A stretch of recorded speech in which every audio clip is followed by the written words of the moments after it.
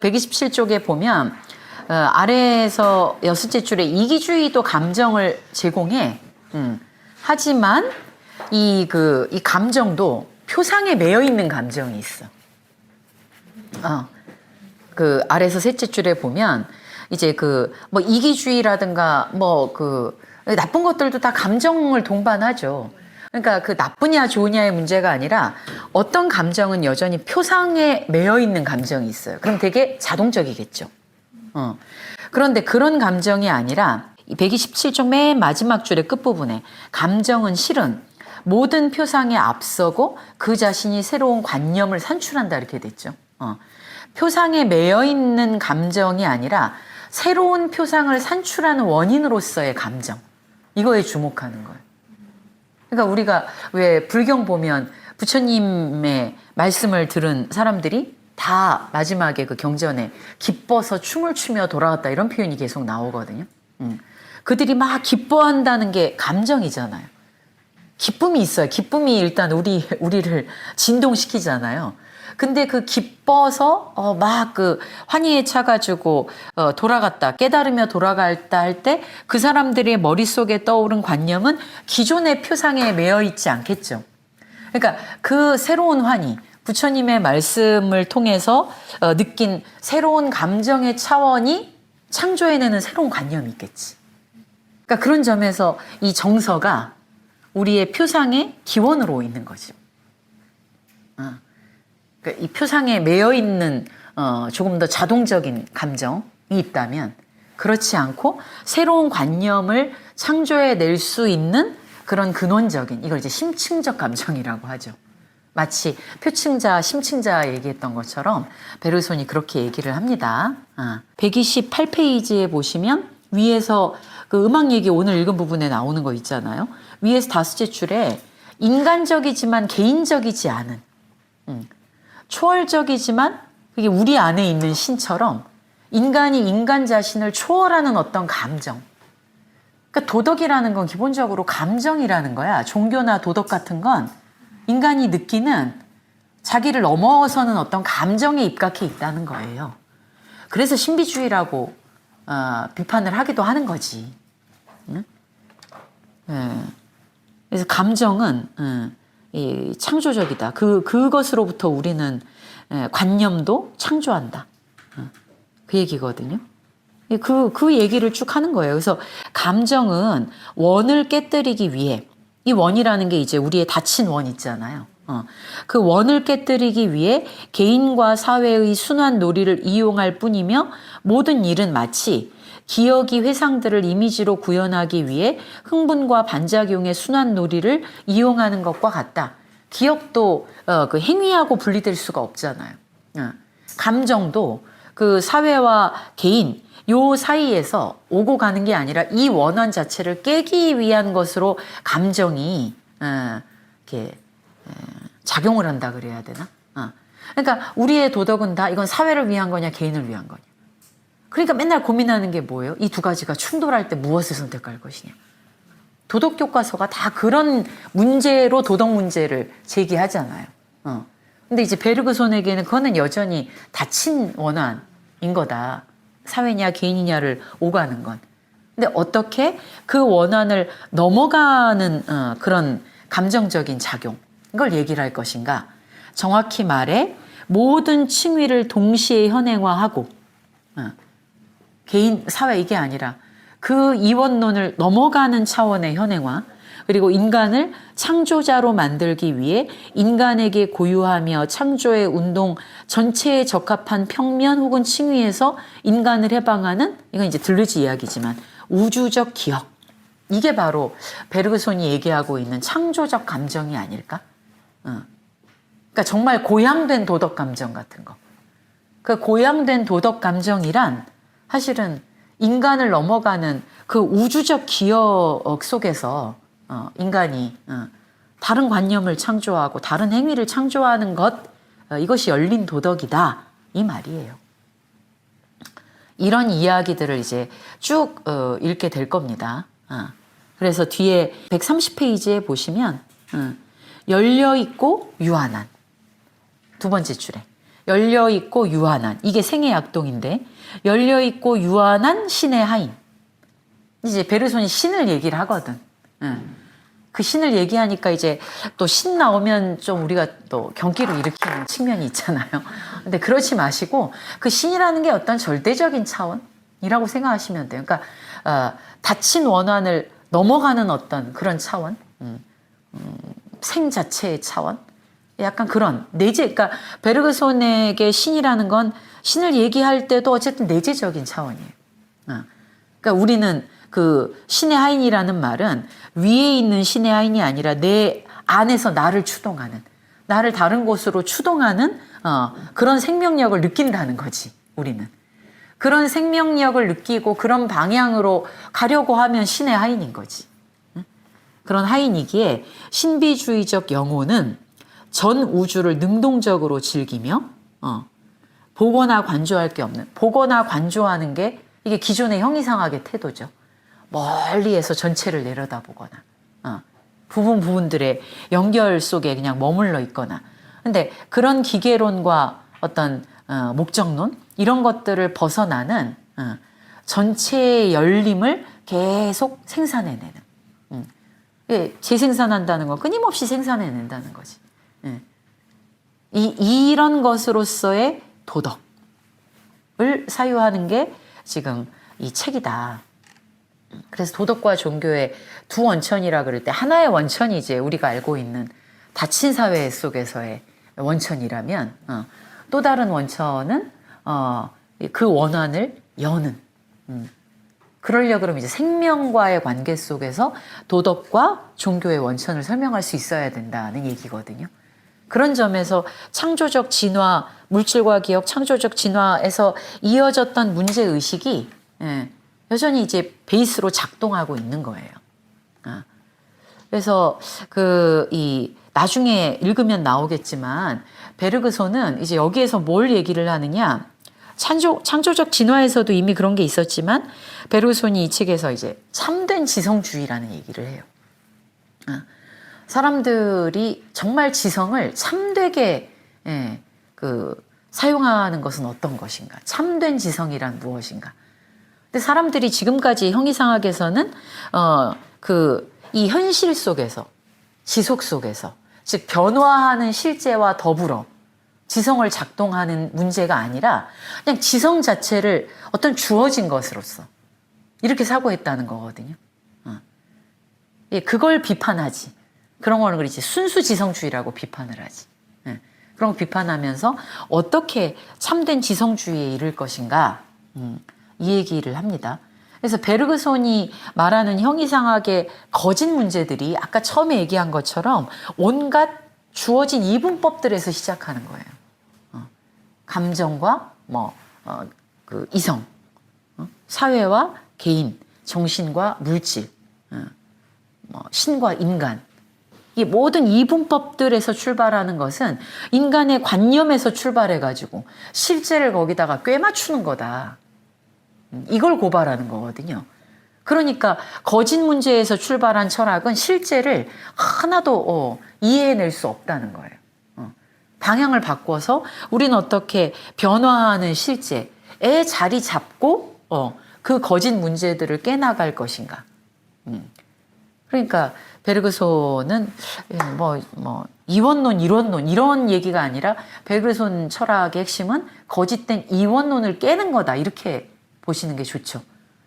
이제 그 과정에서 들레즈가 본 것처럼 몇 가지의 계기로서 이원론을 얘기는 하긴 하지만 결국 그걸 거쳐서 이론론에 이른다는 거잖아요. 그러니까 관념적 이론론, 관념적 이원론이 아닌 거야. 베르그손은 어떨 땐 이원론적인 얘기를 하고 어떨 땐 이론론적인 얘기를 한다고도 볼 수 있거든요. 근데 그럴 때조차 베르그손은 처음부터 이원항을 가지고 시작하고 이론론을 갖고 시작하는 건 아니에요. 실제 속에서 이야기를 하는 거다. 도덕도 마찬가지거든요. 도덕을 사람들이 얘기할 때 언제나 도덕에서 얘기 나오는 게 딱 뭐냐면 도덕과 늘 대립하는 것으로서의 본능이 있잖아요. 그다음에 언제나 도덕이 전제하는 갈등항이 사회와 개인이잖아요. 이게 거짓된 문제라고 보는 거거든. 그래서 여기서도 이 두 가지가, 그러니까 이원론을 왜 비판하는 거냐면 이게 어느 하나를 손을 들어줄 수 없다는 거예요. 두 가지를 나누고 시작하면 언제나 둘 중 하나에다가 배속을 할 수밖에 없잖아요. 근데 베르그손은 이 두 가지가 언제나 이렇게 걸쳐 있어, 엮여 있어. 정신이냐 물질이냐가 아니라 정신과 물질이 언제나 함께 작동을 해. 그러니까 정신과 물질을 따로 설명하는 지점에서 보면 자꾸 이원론 같지만 베르그손은 계속 이 두 가지가 서로에게 분리된 채로 존재하지 않는다는 얘기를 하는 거거든요. 도덕에서도 마찬가지야. 개인과 사회, 이걸 분리해놓고 생각하면 안 돼. 사회와 자연. 그래서 자연은 필연성의 영역이고 도덕이라는 건 사회의 영역인 것처럼 생각하잖아요. 근데 베르그손은 이 두 가지가 구분되는 게 아니라 사실은 사회라고 하는 것도 아까 얘기했지만 자연에 정초하고 있잖아요. 인간만 사회를 구성하는 게 아니야. 사회를 구성하는 건 자연의 요구거든요. 그러니까 자연과 사회라는 이 거짓된 이분법에서 출발할 게 아니라 도덕이 실제로 작동하는 메커니즘을 봐야 된다는 얘기예요. 그런 점에서 기존의 도덕 철학은 이 경험의 선을 따라가지 않고 관념으로부터 출발했다. 이제 그런 점에서 칸트를 비판하는 거죠. 그리고 그 관념에서 출발하지 않고 실제의 선을 따라가야 된다. 사실의 선, 경험의 선을 따라가야 된다. 라고 얘기할 때 베르그손에게 되게 중요한 게 바로 행위의 문제예요. 행위. 그러니까 물질과 기억에서도 기억의 어떤 층위에 우리가 도달할 것인가 단번에. 그 문제는 언제나 행위하는 신체로부터 출발한다 그랬죠.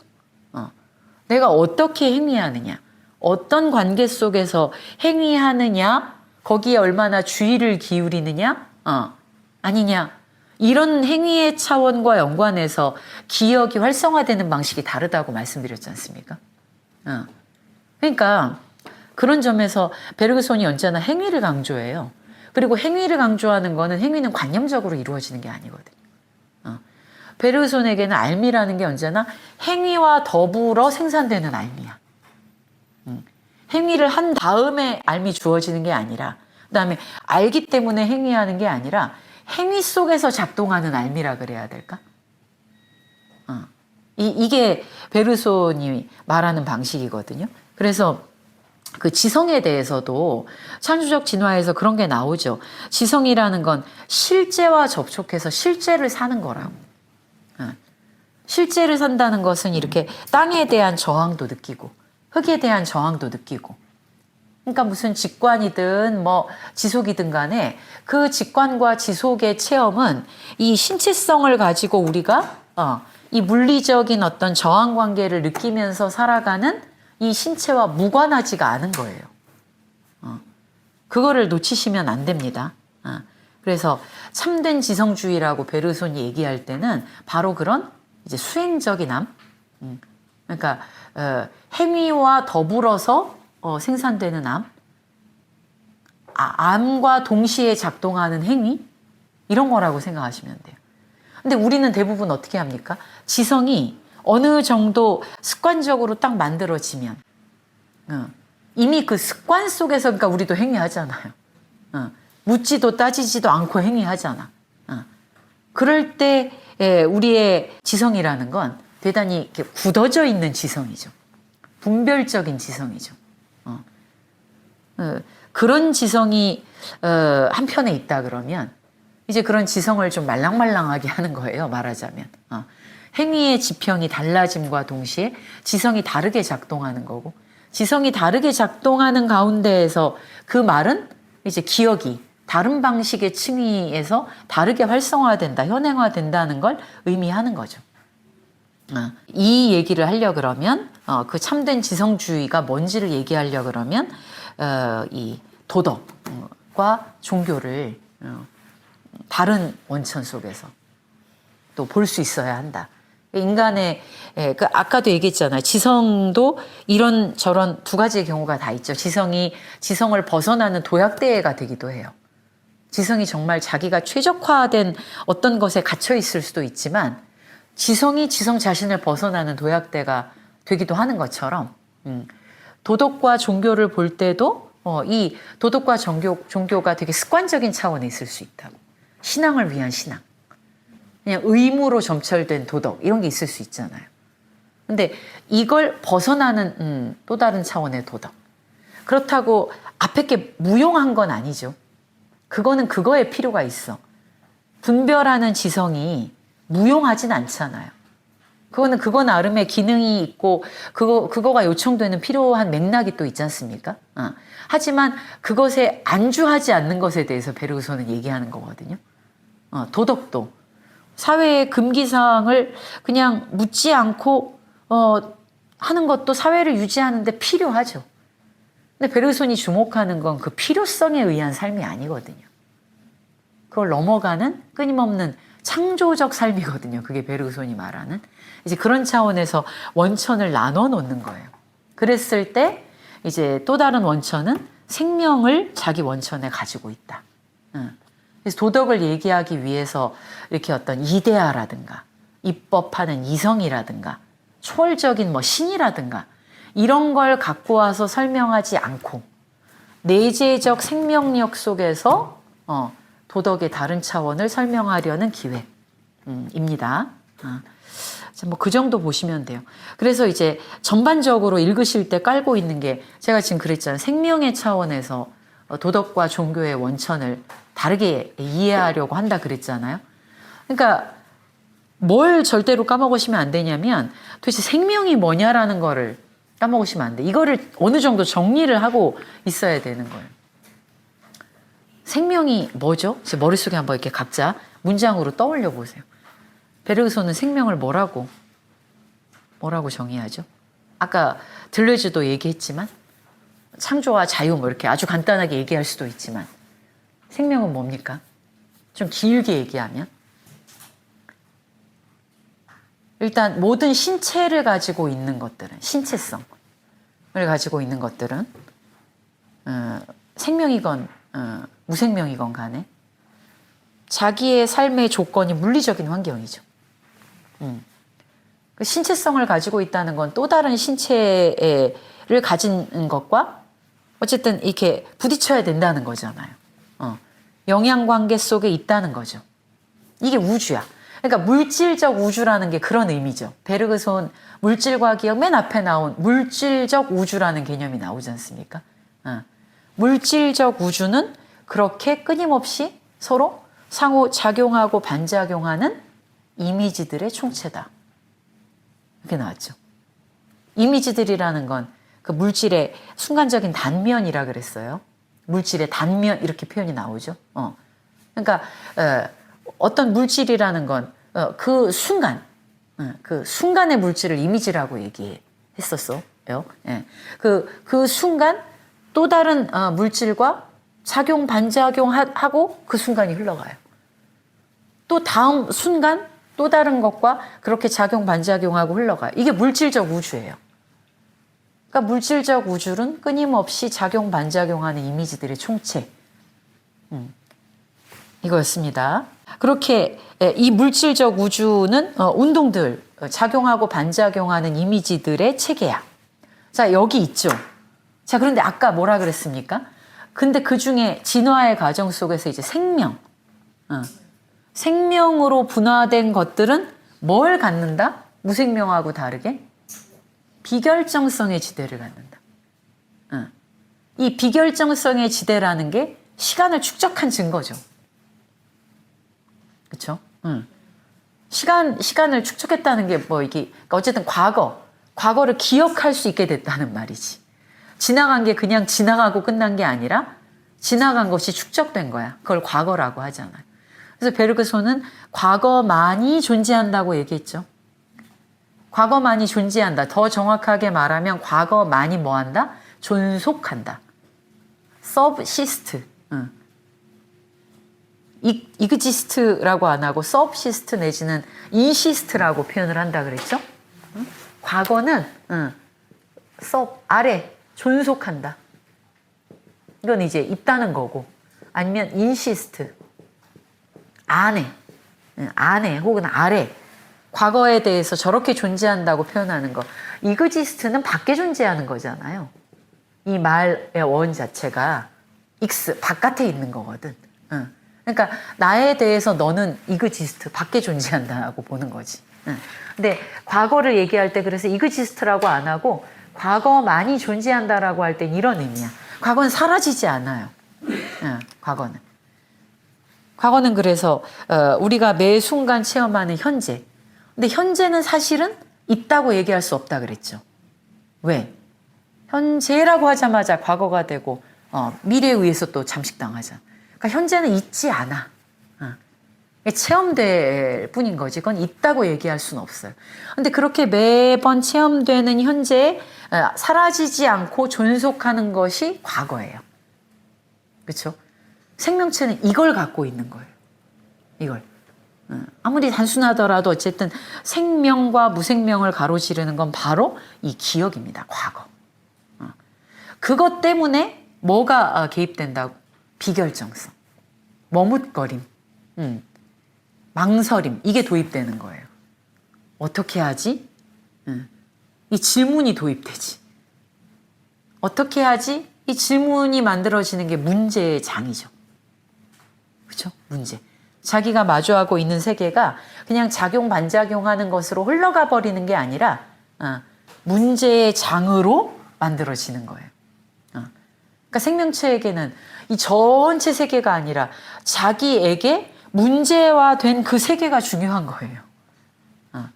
지금 남이 저기에서 뭘 하든 말든 그게 뭐가 중요해? 나에게 문제화된 이 세계가 우리의 행위를 규정하지 않습니까? 그게 우리가 세계라고 부르는 거지, 사실은 생명체가.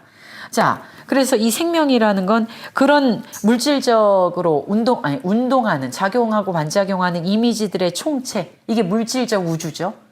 이 가운데에서 뭐를 도입한다? 생명은 비결정성을 도입한다. 비결정성을 도입함으로써 어떻게 돼요? 실제가 자기의 행위 속에 비결정성이 문제의 장이라 그랬죠. 여기서 어떻게 행동할 건가, 이게 행위죠. 그러니까 알미 그 행위하고 분리되지 않는 거지. 이 행위를 통해서 현행화가 되죠. 그 문제가 해로 도출되는 거야. 그러니까 행위는. 문제의 장이 하나의 솔루션으로 도출되는 걸 우리는 행위라고 하는 거예요. 그래서 자기가 살고 있는 이 세계가 그 잠재성이죠. 기억이라는 게. 이 물질적 우주 속에서 비결정성, 그 기억과의 관계 속에서 행위로 자기를 현행화해. 자기를 현행화함으로써 그 현행화한다고 하는 것 자체가 자신의 존재를 계속 행위를 통해 변형시킨다는 거기도 하잖아요. 매번 어떤 문제가 주어질 때마다 행위로 자기의 이 세계에 대한 자기의 관점을 표출해내는 거지 않습니까? 그러면서 생명체는 자기를 계속 변형해 가지, 행위를 통해서. 이게 생명이에요. 그러니까 그 생명의 개념을 가지고 인간을 봐야 되고 인간 사회를 봐야 됩니다. 이런 게 창조적 진화인 거잖아요. 창조적 진화. 그래서 생명이라는 건 이제 자기가 그렇게 자기의 운동을 실현하기 위해서 자신의 행위로 도출하기 위해서 따라야 되는 어떤 법칙이 있죠. 내가 관계하고 있는 나와 작용 반작용하는 그 물질적 우주, 이것도 생명에는 내포되어 있고, 그러니까 인간에게는 그 중에 아주 중요한 게 사회라는 차원이잖아요. 내가 어떻게 행위를 할 건가, 물리적인 환경, 이 자연 환경, 이런 것도 물론 같이 작동하지만 우리한테는 이 표상의 대부분을 만들어내는 게 사회잖아요. 그러니까 사회라고 하는 환경도 내가 어떻게 행위하느냐를 현행화하는 굉장히 중요한 조건이죠. 그 조건이면서 동시에 뭐예요? 그 행위를 통해서 내가 그 조건을 창조해내는 거기도 해요. 그러니까 우리가 행위한다는 게 그냥 기계적으로 행위하는 게 아니라 언제나 우리는 그 비결성성의 지대에 대한 자기 나름의 해답으로 행위하는 거거든요. 이것도 습관화가 되면 그런 거 안 하지. 즉각적으로 행위한다는 건 그 비결정성의 지대를 거의 이렇게 압축시키는 거잖아요. 그러니까 습관적 인간이라는 거, 그냥 되는 대로 살고 하던 대로 사는 인간은 그 인간이 아닌 건 아니지만 그 인간은 창조적이지 않은 인간인 거지. 인간이 아닌 건 아니야. 인간이야. 어쨌든. 근데 이런 존재들은 자유가 없는 인간이라고 얘기할 수 있지. 마음대로 해. 막 하고 싶은 거 그냥 마음대로 본능적으로 막 하고 다녀도 베르그손이 보기엔 그건 자유하고 상관이 없는 문제인 거예요. 자유란 이 조건 속에서 행위로 자기를 현행화할 때 그 행위 속에서 자기의 변형, 존재의 역량의 실현이라는 관점에서 자기 존재의 변형이 이루어지느냐. 그러니까 물질과학 기억에서는 그걸 뭐라 그랬습니까? 이제 원뿔에 저 꼭지점 부분에 가까이 갈수록 충동인이라 그랬죠. 즉각적으로. 근데 이제 그 원뿔의 꼭지점으로부터 아주 멀어지면 이제 몽상가죠. 현실하고 이 꿈이 구분이 안 되는 차원인 거잖아요. 근데 우리는 대부분 그 중간에 위치하죠. 그리고 얼마나 삶에 대해서 주의를 기울이느냐의 정도에 따라 우리가 주의를 기울인다는 게 비결정성의 지대에서 더 머뭇거린다는 의미이기도 하죠. 이게 사고의 역량이라고. 그렇게 사고하는 만큼 행위 속에서 차이를 살 수 있는 자기 변형을 이루어낼 수 있는 그 역량이 거기서 생겨나는 거예요. 그러니까 그만큼을 자유라고 했잖아요. 그러니까 생명이라는 건 언제나 생명은 한편으로는 그 관계하는 것 속에서 조건 속에서 운동해야 된다는 점에서 필연성을 벗어날 수는 없어요. 하지만 그 필연성 속에서 행위를 통해서 자기의 조건을 넘어갈 수 있지. 자기의 닫힌 표상, 닫힌 원한 이런 거를 넘어갈 수도 있죠. 그런 점에서 자유죠. 그러니까 이 베르그손에게는 필연성하고 자유가 대립되지 않는 거예요. 필연성이라는 건 우리의 조건인 거고 그 조건을 어떻게 현행화하느냐 속에서 이제 이 자유의 문제가 제기되기 때문에 필연이냐 자유냐 양자택일해야 되는 문제가 아닌 거예요. 이해되셨습니까? 그래서 반드시 생명의 도약이라는 문제를 정리를 하고 넘어가셔야 된다. 그래서 베르그손에게 도덕은 개인이 자유의지를 가지고 그냥 자유롭게 한다 이런 게 아니에요. 지금 방금 생명 얘기한 거에서 따라 보면 어떤 생명도 자기가 관계하고 있는 이 어떤 그 필연적인 조건 이걸 벗어날 수는 없잖아요. 그렇지만 또 어떤 그 인간 존재도 그 필연적인 조건에 갇히지 않을 수 있는 역량이 언제나 함께 가죠. 그게 잠재적 역량이라고. 그러니까 도덕을 설명하기 위해서 뭐 굳이 자유의지를 가지고 와야 된다든지 굳이 뭐 이성을 갖고 온다든지 굳이 이제 신이 인간에게만 부여한 뭔가를 뭐 갖고 온다든지 이럴 필요가 없는 겁니다. 그래서 도덕을 정추하는 게 이 생명이라는 관점에서 생명의 질서라는 관점에서 도덕이 굉장히 이전의 도덕 철학하고는 다르게 이해가 돼요. 이제 그건 읽어 나가면서 조금 더 보충해서 설명하시면 됩니다. 그래서 도덕과 자유 얼핏 들으면 도덕적으로 사는 것과 자유롭게 사는 게 대립적인 것 같죠. 근데 가장 베르그손 논의를 따라가면 가장 자유로운 존재만이 가장 도덕적일 수 있는 거예요. 이런 도덕이 있는 거야. 그러니까 우리가 보통 나는 도덕적이야. 나는 너무 이 사회 도덕을 잘 지키고 살아. 이런 사람에게 도덕이라는 건 되게 표상적인 거에 얽매여 있죠. 나에게 이러하면 안 됨이라는 것들이 주어진 걸 따르는 문제잖아요. 그러니까 이런 도덕은 약간 자유의 문제하고 좀 연관이 없죠. 그러니까 이런 도덕에 갇혀 있으면 자유는 그냥 도덕을 안 지키는 게 돼버리는 거야. 그리고 베르손에겐 도덕은 지키고 자시고 하는 게 아니야. 뭐 붓다라든가 예수가 어떤 도덕을 지킨 존재가 아니잖아요. 도덕을 발명했다는 게 오히려 맞지. 기존의 도덕을 고수하고 잘 지킨 사람들이 아니지 않습니까? 이걸 어떻게 사유할까의 문제인 거지. 그래, 도덕적이라는 게 사회적으로 도덕적이다라는 게 있긴 있어. 그러나 그것이 전부일까? 그 사회를 계속 재생산하는 닫힌 원안에서 작동하는 도덕 말고 그걸 넘어가는 그런 열린 전체와 연관된 아까 들레즈가 우주적 기억이라고 얘기한 그런 것과 관련된 도덕 감정을 논할 수는 없을까? 이 베르그손이 이거를 쓴 게 27년이잖아요. 이 창조적 진화를 쓴 게 아니다 32년이구나 참. 32년이면 그러니까 생각을 해보세요. 1차 대전 일찍이 끝났고 지금 2차 대전 전운이 감돌고 나치의 시대란 말이에요. 그러니까 그 시대에 베르그손이 경험한 게 대단히 배타적 집단의 배타성이지. 이미 민족주의 시대 19세기부터 쭉 왔고 식민지 막 이루어지고 있고 그 배타성 닫힘의 가장 극단적인 게 파시즘인 거잖아요. 그 전쟁을 경험한다는 게 전쟁이라는 게 그 배타성의 다름 아니지 않습니까?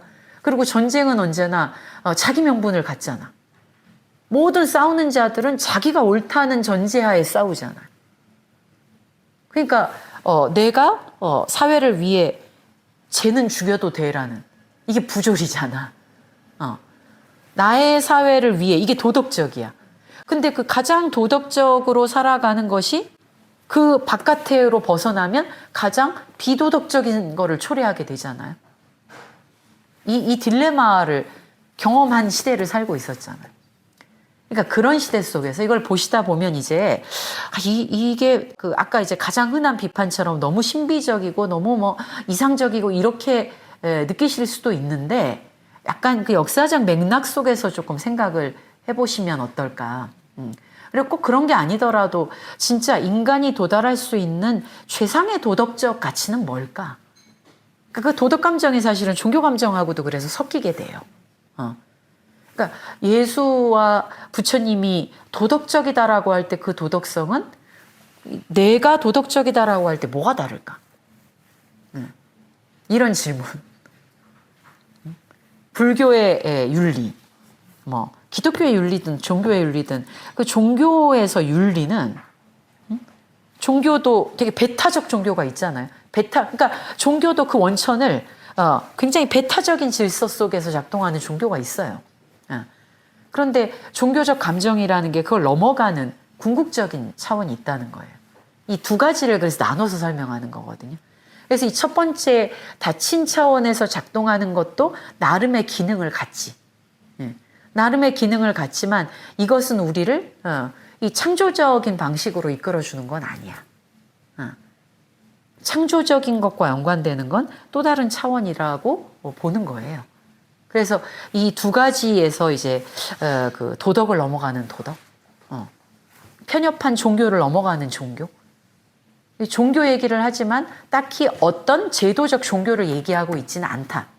굳이 말하면 종교적인 것을 얘기하고 있고 도덕적인 것에 대해서 얘기하고 있지 베르손이 이 도덕 나쁘고 저 도덕 좋아, 이 종교 나쁘고 저 종교가 좋아 이런 의미의 도덕과 종교를 얘기하고 있지는 않습니다. 네. 자, 그 이야기가 아까 이제 감정 도출하게 되는 맥락 요거 들레즈를 통해서 봤고 이제 의무에 대해서도 봤지 않습니까? 여기 뒤에 계속 반복이 되는 얘기이기도 할 텐데 그게 오늘 읽은 72페이지까지의 중요한 내용입니다. 두 가지를 계속 나누고 있잖아요. 얘기가 막 복잡하게 되는 것 같아도 아까 그 들레즈 함께 읽으면서 본 이야기 다 그래서 전자 후자 요것만 잘 그래서 그 71페이지에 보시면 71페이지의 중간 단락에 그러니까 닫힌 도덕 그건 뭐냐면 사회의 압력에서 행하는 거야. 그래서 압력의 관계인 거예요. 두 번째 단락에 압력과 열망의 관계라고 나오죠. 우리가 그 압력, 압력이라는 게 뭐 굳이 막 이렇게 뭘 해라 안 하면 너 죽여 이런 게 아니라 법이라든가 관습이라든가 이런 게 다 우리한테 행동을 규제하는 힘으로 작동하잖아요. 그러니까 거기에서 의무가 발생하죠. 내가 여기에서 좀 덜 피곤하게 살려 그러면 따라주는 게 좋아. 그러니까 그런 조건 속에서 자기의 행위에 일정한 제한을 가하죠. 그런 점에서 그 도덕, 첫 번째 도덕은 압력의 관계야. 이거는 어느 정도 동물 사회에도 성립하죠. 근데 이제 베르그손이 이야기하고자 하는 건 열망의 관계로부터 도출되는 도덕. 열망의 관계는 뭐냐면 나도 저렇게 살고 싶다. 이런 거지. 그러니까 우리가 그 감화됐을 때 나로 하여금 저러니까 저래야 해 라고 하는 명령으로 다가오는 게 아니라 저렇게 되고 싶어. 이걸 열망의 관계라고 하는 거예요. 그래서 이 두 개의 도덕이 함께 작동하고 있는 거예요. 우리의 삶에는. 그래서 전자, 후자 이렇게 나오죠. 71페이지 아래서 네 번째 줄에 전자, 압력의 관계가 지배하는 사회적 도덕에는 자신을 보존하는 것을 목적으로 하는 사회적 표상. 그러니까 이제 우리라고 하는 테두리가 있죠. 여기는. 그런데 72페이지에 넘어가면 이거는 환희보다는 쾌락을 닮았다 이렇게 얘기해요. 그러니까 이거는 이건 베르그손이 환희와 쾌락을 그렇게 구분하는 거지. 쾌락이라고 얘기한 건 이렇게 지키고 나면 보상이 있잖아. 더 안정되잖아. 그렇지만 두 번째, 열망의 도덕은 뭐예요? 그거는, 그게 왜 암암리에 진보의 감정이 포함되냐. 이때 진보는, 베르그손에게 진보는 다 뭐야? 창조와 연관되어 있는 겁니다. 뭐 더 발전하고 이런 게 아니에요. 변형. 창조와 연관된 게 진보예요. 열망의 도덕은 압력에 의해 따르는 게 아니죠. 압력에 의해 따를 때는 계속 재생산이 되죠. 반복이 되죠. 그런데 이 두 번째 열망의 도덕은 진보와 전진은 열광 자체와 합류한다 이렇게 됐죠. 그러니까 여기에서는 뭐를 위해 가는 게 아니라 그 내 마음속에 감화된 그 기쁨. 이걸 통해서 자기가 나도 저 사람처럼 살고 싶어. 이제 그 대열에 동참하게 되는 거지. 그 대열에 동참하는 사람이 많아지지. 그럴수록 사회가 덜 폐쇄적이게 되겠죠. 그런 의미입니다. 그래서 이 열광의 환희 속에는 중간 정도의 안락의 쾌락보다 더 그 이상이 있다. 이 환희하고 쾌락을 나누는 거예요. 그 환희는 뭔가 더 이상이 있어. 우리한테 그 사회의 안정을 재생산해내는 것 이상의 뭔가가 있어. 그 이상이 뭐겠어요? 자기가 자기 존재를 넘어가고 있다는 느낌? 이런 거 아닐까? 니체식으로 말하면 어떤 초인적인 어떤 것? 그러니까 초인은 뛰어난 인간이 아닙니다. 초인은 자기를 극복하고 있는 중인 인간. 초인은 되어가고 있는 인간이라는 말이에요. 위버라는 말에는 이행의 의미가 있거든요. 슈퍼가 아니라. 그러니까 계속 자기를 넘어가고 있는 인간, 이게 초인이라고. 그러니까 그 느낌. 이게 베르그손이 말하고 있는 지금 열광, 환희죠, 환희.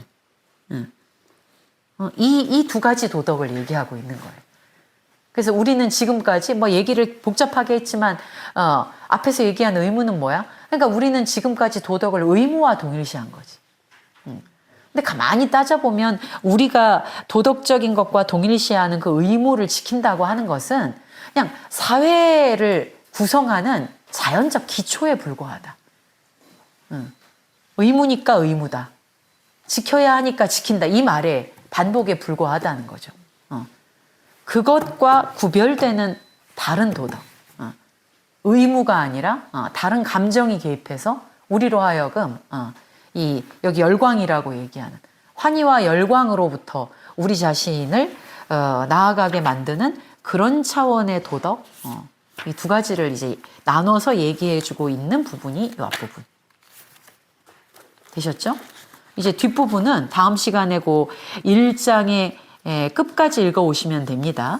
그 1장의 끝까지 가다 보면 이제 지성주의, 아까 제가 말씀드린 지성주의가 나오고 결국 닫힘과 열림이 뭔지 나오고 이제 생명의 관점에서 도덕과 종교의 원천을 이야기하는 것이 왜 중요한가라는 얘기가 이제 뒤에 중요한 얘기는 다 나와요. 오늘 했던 얘기랑 또 겹칠 거예요. 정리를 잘 하시면서 읽어보시기 바랍니다. 그리고 이렇게 앞에서부터 또 쭉 읽으니까 질문이 어떤 구절이 내가 이해가 안 된다 싶은 거는 이제 질문으로만 하나하나 읽어가면서 안 하고 제가 맥락만 크게 짚어드릴 거고 뭐 또 칸트 나오면 칸트하고 이렇게 비교해서 설명을 하고 이럴 거라서 선생님들이 알아서 읽으시고 질문만 따로 하시면 되겠습니다. 대략 근데 큰 그림은 잡히셨죠?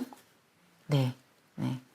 자, 그러면 오늘은 여기서 마치겠습니다. 다음 주에 봬요. 안녕.